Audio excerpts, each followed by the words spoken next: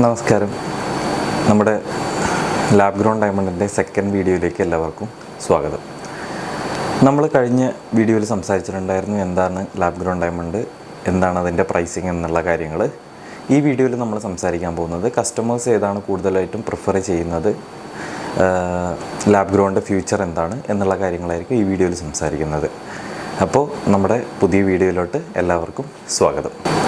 നമ്മുടെ lab grown ഡയമണ്ടിൻ്റെ video first part കണ്ടിട്ടില്ലാത്തവർ തീർച്ചയായും അത് കാണുക. അതിനുശേഷം മാത്രം ഈ വീഡിയോ കാണുക. കൂടുതലായും മനസ്സിലാവാൻ അത് സഹായിക്കും.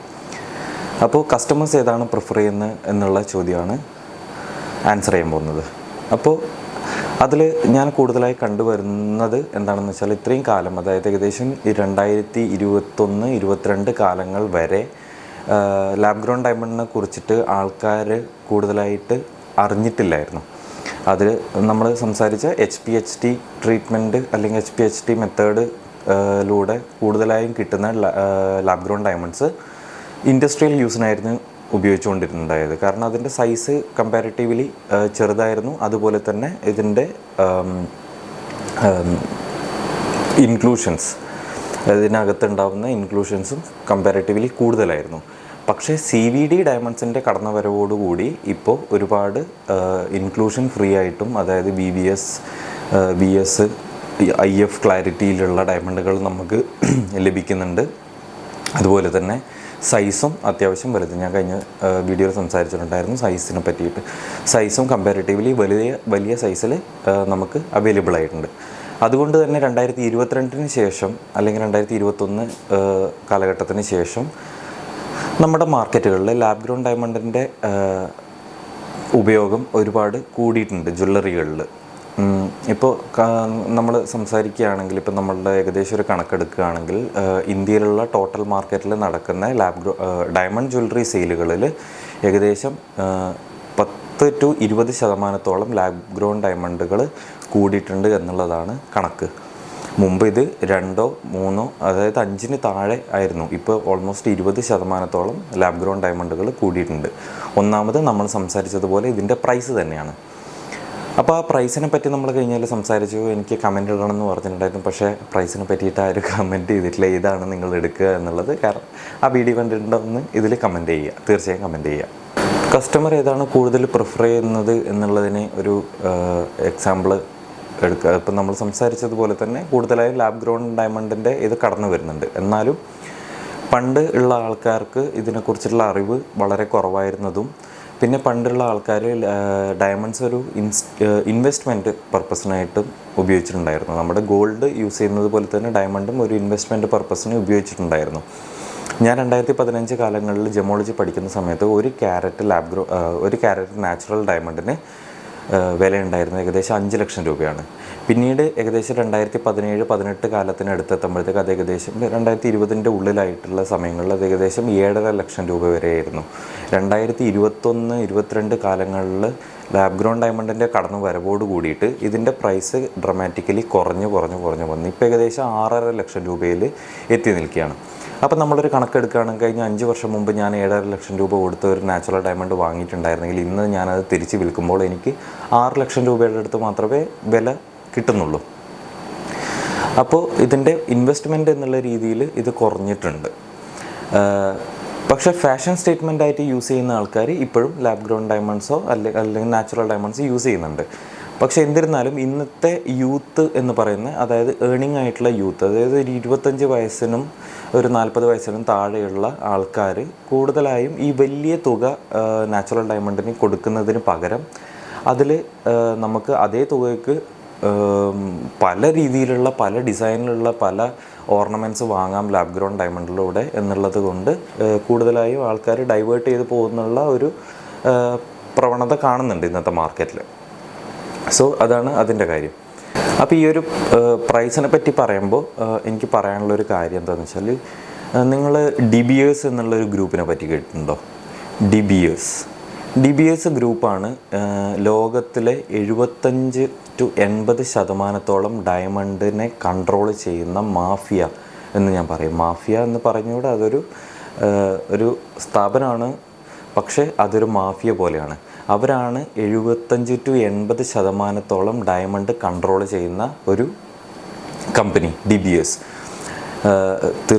കേട്ടില്ലാത്തവർ തീർച്ചയായും ഗൂഗിളിൽ ചെക്ക് ചെയ്തിട്ട് അതിനെക്കുറിച്ചിട്ടുള്ള കൂടുതൽ ഇൻഫോർമേഷൻസ് ചെക്ക് ചെയ്യാവുന്നതാണ്. അപ്പോൾ ഈ DBS എന്താ പണ്ട് മുതലേ ചെയ്തു വരുന്നത് എന്താണെന്ന് വെച്ചാൽ, ഇവർ ആദ്യം ഒരു മൈൻ വാങ്ങിയിട്ട് ആ മൈനിലുള്ള ഡയമണ്ട്സ് ഇവർ തന്നെ മൈൻ ചെയ്തെടുക്കുകയും അതിലൂടെ ഇവർ തന്നെ സപ്ലൈ കൺട്രോൾ ചെയ്യുകയും ചെയ്യാറുണ്ടായിരുന്നു. പിന്നീട് ഇവർ വളർന്നു വന്നതോടു കൂടിയിട്ട് ഇവർ ഈ ലോകത്തിൻ്റെ പല ഭാഗങ്ങളായിട്ടുള്ള ഡയമണ്ട് മൈൻ, അതായത് കൂടുതലായിട്ടും ഡയമണ്ട് മൈൻസ് നമ്മൾ കാണുന്നത് ആഫ്രിക്ക, റഷ്യ, ഓസ്ട്രേലിയയുടെ ഭാഗങ്ങളിൽ കുറച്ചുണ്ട്. പക്ഷേ എന്നാലും ആഫ്രിക്ക, റഷ്യ ഭാഗങ്ങളിൽ ഒരുപാട് ഡയമണ്ട് മൈൻസ് ഉണ്ട്. ഈ ഡയമണ്ട് മൈൻസ് ഇവരുടെ കൺട്രോൾ ആവുകയും 80% നിങ്ങൾക്ക് ഊഹിക്കാൻ പറ്റും, 80% ഡയമണ്ടിൻ്റെ ഫ്ലോ കൺട്രോൾ ചെയ്യുന്ന ഈ ഒരൊറ്റ ഗ്രൂപ്പാണ്. അതുകൊണ്ട് ഇവരെന്താ ചെയ്യുന്നതെന്ന് വെച്ചാൽ, ഇവർ എത്രത്തോളം ഡയമണ്ട്സ് മൈൻ ചെയ്ത് എടുക്കുന്നുണ്ട് എന്നുള്ളത് കംപ്ലീറ്റ്ലി ക്ലാസിഫൈഡ് ആണ്. അത് ആർക്കും അറിയില്ല, ഇവരുടെ ഇൻറ്റേർണൽ ടീമിനല്ലാണ്ട് വേറെ ആർക്കും അറിയില്ല. പക്ഷേ മാർക്കറ്റിൽ എത്രത്തോളം ഡയമണ്ട് സപ്ലൈ വരണം എന്നുള്ളത് ഇവരാണ് കൺട്രോൾ ചെയ്യുന്നത്.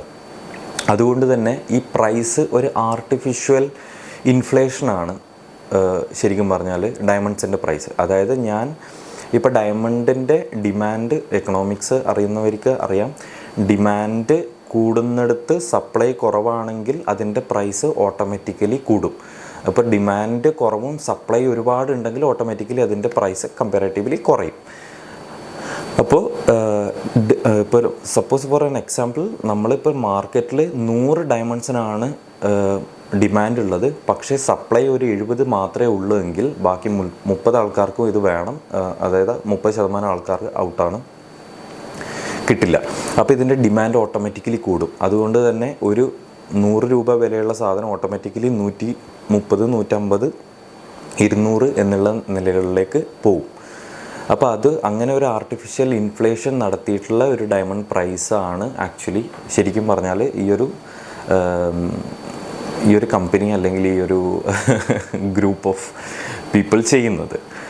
അപ്പോൾ ലാബ് ഗ്രോൺ ഡയമണ്ടിൻ്റെ കടന്നുവരവോടുകൂടി ആൾക്കാർക്ക് മനസ്സിലായിട്ടുണ്ട് ലാബ് ഗ്രോൺ ഡയമണ്ടും നാച്ചുറൽ ഡയമണ്ടും തമ്മിൽ വലിയ വ്യത്യാസങ്ങളൊന്നുമില്ല, കാണാനും കാഴ്ചയിലും എല്ലാ കാര്യങ്ങളിലും ഒരുപോലെ തന്നെയാണ് എന്നുള്ളത്. അതുകൊണ്ട് തന്നെ ഇതിൻ്റെ പ്രൈസ്, ഇതിൻ്റെ ഡിമാൻഡ് കുറയും, സപ്ലൈ ഓട്ടോമാറ്റിക്കലി സപ്ലൈ ഉണ്ട്, മാർക്കറ്റിൽ എന്താണ് സപ്ലൈ ഉള്ളതുണ്ട്, പക്ഷേ ഡിമാൻഡ് ഒരുപാട് കുറയുകയും ചെയ്തപ്പോൾ ഇതിൻ്റെ പ്രൈസ് താഴ്ന്നു പോയതാണ്. അപ്പോൾ ഒരു ഇൻവെസ്റ്റ്മെൻറ്റ് പർപ്പസ് എന്നുള്ള രീതിയിൽ നമുക്ക് ശരിക്കും ഡയമണ്ട് യൂസ് ചെയ്യാൻ പറ്റുമോ എന്ന് ചോദിക്കുകയാണെങ്കിൽ എനിക്ക് അത്രയും ഞാനതിനെ സപ്പോർട്ട് ചെയ്യുന്ന ഒരു ഉത്തരമല്ല എനിക്ക് പറയാനുള്ളത്. കാരണം ഗോൾഡ് പോലെ നമുക്ക് എവിടെയും ഏത് നിമിഷവും കൊണ്ടുപോയി വിൽക്കാൻ പറ്റുന്ന ഒരു സാധനമല്ല ഡയമണ്ട്. വാങ്ങിയ കടയിൽ തന്നെയാണ് അധികവും ഡയമണ്ട്സുകൾ നമ്മൾ വിൽക്കാൻ പറ്റുള്ളൂ. അപ്പോൾ അങ്ങനത്തെ ഒരു കാര്യം വരുന്നതുകൊണ്ട് അതൊരു ഇൻവെസ്റ്റ്മെൻറ്റ് പർപ്പസായിട്ട് ഉപയോഗിക്കാൻ പറ്റുമോ എന്ന് ചോദിച്ചാൽ അത് തീർച്ചയായും പറ്റില്ല എന്നുള്ളതാണ് എൻ്റെ ഇപ്പോഴത്തെ ഒരു മാർക്കറ്റ് സ്റ്റഡി വെച്ചിട്ടുള്ള ഉത്തരം. ഇതും കൂടെ ഒരു ചോദ്യത്തിൽ വരുന്നതായിരുന്നു, അതുകൊണ്ടാണ് ഇതിൻ്റെ കൂടെ പറഞ്ഞത്. പിന്നെ വന്നൊരു ചോദ്യം ഉണ്ടായിരുന്നു, എന്താണ് നാച്ചുറൽ ഡയമണ്ട് അല്ലെങ്കിൽ ലാബ് ഗ്രോൺ ഡയമണ്ടിൻ്റെ ഡീമെറിറ്റ്സ് എന്നുള്ളത്. ഒരു ഡീമെറിറ്റ് പറയുകയാണെങ്കിൽ ആദ്യത്തെ കാര്യം പ്രൈസ് തന്നെയാണ്. പ്രൈസ് എന്ന് പറഞ്ഞാൽ നമ്മൾ ബൈ പ്രൈസ് അല്ല ഞാൻ പറഞ്ഞത്, സെൽ പ്രൈസാണ്.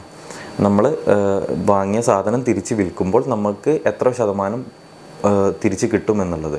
അപ്പോൾ അതിനൊരു എക്സാമ്പിൾ ഞാൻ മുമ്പത്തെ വീഡിയോയിൻ്റെ അവസാന ഭാഗത്ത് തന്നിട്ടുണ്ടായിരുന്നു, കാണാത്തവർ തീർച്ചയായും കാണുക. അപ്പോൾ ഇപ്പം നമ്മൾ 1 ലക്ഷം രൂപ കൊടുത്തിട്ട് വാങ്ങിയ ഡയമണ്ട് ഉണ്ടെങ്കിൽ, ലാബ് ഗ്രോൺ ഡയമണ്ട്സ് ഉണ്ടെങ്കിൽ അത് തിരിച്ച് വിൽക്കുമ്പോൾ ചിലപ്പോൾ നമുക്ക് 50% അല്ലെങ്കിൽ കംപ്ലീറ്റ്ലി അതിന് വാല്യൂ ഇല്ലാണ്ട് ആവുന്ന ഒരു പ്രവണത കാണുന്നുണ്ട്. അത് depends on jewellery to jewellery. ചില ആൾക്കാർ 80%, ചില ആൾക്കാർ 50%, ചില ആൾക്കാർ തിരിച്ചെടുക്കുന്നത് പ്രൈസിന് തിരിച്ചെടുക്കുന്നില്ല എന്നുള്ളതാണ്. അത് ഓരോരോ കമ്പനിയിൽ വ്യത്യാസം വരുന്നതാണ്. പക്ഷേ നമ്മൾ വാങ്ങുമ്പോൾ കൊടുക്കുന്ന പ്രൈസും അതിനനുസരിച്ചിട്ട് വ്യത്യാസം വരുന്നുണ്ട്. അത് തീർച്ചയായും മുമ്പത്തെ വീഡിയോൻ്റെ അവസാന ഭാഗങ്ങൾ കണ്ടാൽ നിങ്ങൾക്ക് വിത്ത് എക്സാമ്പിൾ അതിൽ മനസ്സിലാവും. ഞാനൊന്നും കൂടെ എക്സ്പ്ലെയിൻ ചെയ്യാൻ നിൽക്കുന്നില്ല. പിന്നെ വരുന്നത് ഇതിൻ്റെ ഒറിജിനാണ്. ചില ആൾക്കാർക്ക് ഇതിൻ്റെ ഹിസ്റ്ററി ഇഷ്ടമാണ്. ചില ഡയമണ്ടിനോട് എന്തൂസിയാസം ഉള്ള ആൾക്കാർ, ജ്വല്ലറികളോട് എന്തൂസിയാസം ഉള്ള ആൾക്കാർക്ക് ഇതിൻ്റെ ഹിസ്റ്ററി വളരെ ഇഷ്ടമാണ്. അതായത് ഇത് എവിടുന്ന് വന്ന ഡയമണ്ടാണ്, ആരുടെ കയ്യിലായിരുന്നു ഇത് മുമ്പ്. അത് മെയിനായിട്ടും വരുന്നത് കുറച്ചും കൂടെ കളക്റ്റബിൾ ഡയമണ്ട്സിലാണ്, അതായത് ഫാൻസി കളേഴ്സിൽ വരുന്ന ഡയമണ്ടുകൾക്കാണ്. ഇപ്പോൾ blue diamond, fancy pink diamond, fancy yellow diamond, ഇപ്പോൾ വന്നിട്ടുള്ളൊരു റെഡ് ഡയമണ്ട് ഉണ്ട്, ഭയങ്കര ഭംഗിയാണ് കാണാൻ. ഞാൻ അതിനെ പറ്റിയിട്ടുള്ളൊരു ഷോർട്ട് വീഡിയോ ചെയ്യാൻ ശ്രമിക്കാം. ഭയങ്കര ഭംഗിയുള്ള ഒരു ഡയമണ്ടാണത്. ഇതിൻ്റെയൊക്കെ ഹിസ്റ്ററി ഉണ്ട് ഒരുപാട്. നമ്മുടെ കൊഹിനൂർ ഡയമണ്ടിനെ പോലെ തന്നെ ഒരുപാട് ഹിസ്റ്ററീസ് ഇതിൻ്റെ ബാക്കിൽ ഉണ്ടാകും. പിന്നെ ഒറിജിൻ, പിന്നെ ഇത് നാച്ചുറലി വരുന്ന ഒരു ഡയമണ്ടാണ് എന്നുള്ള ഒരു നാച്ചുറൽ നമുക്ക് കിട്ടുന്നതാണല്ലോ. അപ്പോൾ അതിനോട് കൂടുതലും ഒരു മെൻ്റലി ഒരു കണക്ഷൻ ഉള്ളതുപോലെ തോന്നുന്ന ആൾക്കാരുണ്ടെങ്കിൽ അത് അങ്ങനത്തെ ഒരു കാര്യങ്ങളിൽ ഇതൊരു ലാബ് ഗ്രോൺ ഡയമണ്ട് എന്ന് പറഞ്ഞ ഒരു ലാബിൻ്റെ ഉള്ളിൽ ക്രിയേറ്റ് ചെയ്തൊരു സാധനം എന്നുള്ള ഒരു രീതിയിൽ വരുന്നതാണ്. ഒരു ആർട്ടിഫിഷ്യൽ ആയിട്ടുള്ളൊരു തിങ് എന്നുള്ള പോലെ തോന്നുന്ന ഒരു മെൻറ്റാലിറ്റി ഉണ്ടെങ്കിൽ അതൊരു ഡിസഡ്വാൻറ്റേജ് ആയിട്ട് കൂട്ടാം. പക്ഷെ അതേസമയത്ത് ലാബ് ഗ്രോൺ ഡയമണ്ടിൻ്റെ പോസിറ്റിവിറ്റി എന്താണെന്ന് ചോദിക്കുകയാണെങ്കിൽ ഞാൻ ഒന്നാമത് ഈ പ്രൈസ് പറയും. നമ്മളെ ബൈ പ്രൈസ്, നമ്മൾ മറ്റേ ഡിസഡ്വാൻറ്റേജ് പറഞ്ഞ സെൽ പ്രൈസാണ്. ബൈ പ്രൈസ് 7 ലക്ഷം രൂപ അല്ലെങ്കിൽ 6 ലക്ഷം രൂപ വില വരുന്ന ഒരു ക്യാരറ്റ് ഡയമണ്ടിന്, അതേ നാച്ചുറൽ ഡയമണ്ടിന് ലാബ് ഗ്രോൺ ഡയമണ്ടിലോട്ട് നമ്മൾ വരുമ്പോൾ അതിന് 1 ലക്ഷം രൂപ വില മാത്രമേ വരുന്നുള്ളൂ. അതായത് 6-1 അല്ലെങ്കിൽ 5-1, 20% അല്ലെങ്കിൽ 17% പ്രൈസ് മാത്രമേ വരുന്നുള്ളൂ എന്നുള്ളത് മറ്റൊരു ഇതിനെ കൂടുതലും ആൾക്കാരിലേക്ക് എത്താനും ആൾക്കാർക്ക് ഡയമണ്ട് വാങ്ങാനും കൂടുതൽ ഹെൽപ്ഫുൾ ആവുന്ന ഒരു കാര്യമാണ്. പിന്നെ രണ്ടാമതെന്ന് പറഞ്ഞാൽ ഇതിൻ്റെ പോസിറ്റിവിറ്റിയിൽ വരുന്ന ഒരു കാര്യം നമ്മുടെ സസ്റ്റൈനബിലിറ്റിയാണ്. അതായത് ഇപ്പോൾ ഒരു ഡയമണ്ട് മൈനിൽ നമ്മൾ സാധാരണ ഒരു ഡയമണ്ട് മൈനിൽ മൈൻ ചെയ്തെടുക്കുകയാണെങ്കിൽ hectares and hectares of area, അതായത് നിങ്ങൾ ഗൂഗിളിൽ പോയി ഫോട്ടോസ് ചെക്ക് ചെയ്യുകയാണെങ്കിൽ കാണാൻ പറ്റും, വീഡിയോസ് ഓഫ് ഫോട്ടോസ് ചെക്ക് ചെയ്യാൻ പറ്റും. ഡയമണ്ട് മൈൻ എന്ന് പറയുന്നത് വളരെ വലുതാണ്. എന്നുവെച്ചാൽ അതൊരു കിണറിൻ്റെ ഷേപ്പിലാണ്, റൗണ്ടിൽ ഇങ്ങനെ കോണാകൃതിയിൽ പോകുന്ന ഒരു ഷേപ്പിലാണ് ഈ ഡയമണ്ട് മൈൻസ് ഉണ്ടാവുക. അത് വളരെ വലുതായിരിക്കും, നമുക്ക് ഊഹിക്കാൻ പോലും പറ്റാത്തത്ര രീതിയിൽ വളരെ വലിയൊരു ഇതായിരിക്കും. ഇപ്പോൾ ഒരു എക്സാമ്പിൾ പറയുകയാണെങ്കിൽ ഒരു മനുഷ്യൻ ഒരു ഡയമണ്ട് മൈനിൻ്റെ സൈഡിൽ നിന്നാൽ നമ്മുടെ ശരീരത്തിലെ ഒരു മുടിനാരിൻ്റെ സൈസ് മാത്രമേ ആ മനുഷ്യന് കാണുള്ളൂ. അപ്പോൾ അത്രയും വലുതാണ് ഒരു ഡയമണ്ട് എന്ന് പറയുന്നത്, ഒരു ഡയമണ്ട് മൈൻ എന്ന് പറയുന്നത്. അപ്പോൾ അത്രയും കല്ലുകൾ ഖനനം ചെയ്യുക, ആ ഭാഗത്തുള്ള എക്കോസിസ്റ്റം പോവുക. ഒരു ആഫ്രിക്ക അറിയാലോ, ആഫ്രിക്കയിൽ ഒരുപാട് വന്യജീവി സങ്കേതങ്ങളും വന്യജീവികളുള്ള ഒരു സ്ഥലമാണ്, ഗോത്രവർഗ്ഗങ്ങളുള്ള സ്ഥലമാണ്. അങ്ങനെയുള്ള സ്ഥലങ്ങളിൽ പോയിട്ട് മൈൻ ചെയ്തെടുക്കുമ്പോൾ പ്രശ്നം എന്താണെന്ന് വെച്ചാൽ അവിടുത്തെ എക്കോസിസ്റ്റം നശിക്കും എന്നുള്ളതാണ്.